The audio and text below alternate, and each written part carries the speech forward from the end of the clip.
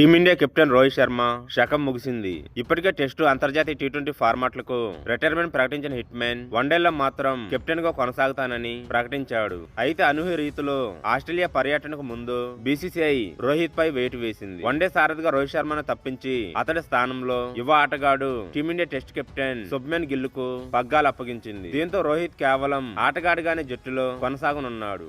వీడియోను చూసే ముందు చిన్న రిక్వెస్ట్ అండి, వీడియోను లైక్ చేసి మీ సపోర్ట్ ని తెలియజేయండి. మొదటిసారి మన ఛానల్ ని చూస్తున్నట్లయితే సబ్స్క్రైబ్ చేసుకుని పక్కనే ఉన్న బెల్ ఐకాన్ ని ఆన్ చేసుకోండి.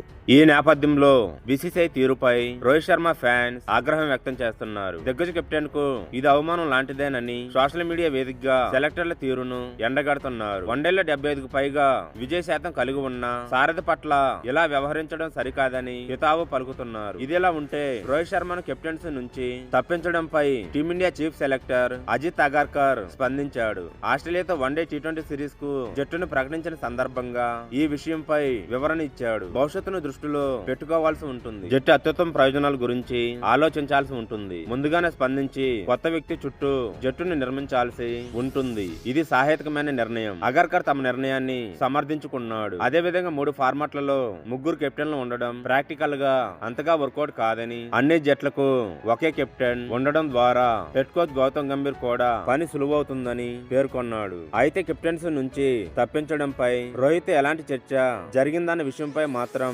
అగర్కర్ స్పష్టతనివ్వలేదు.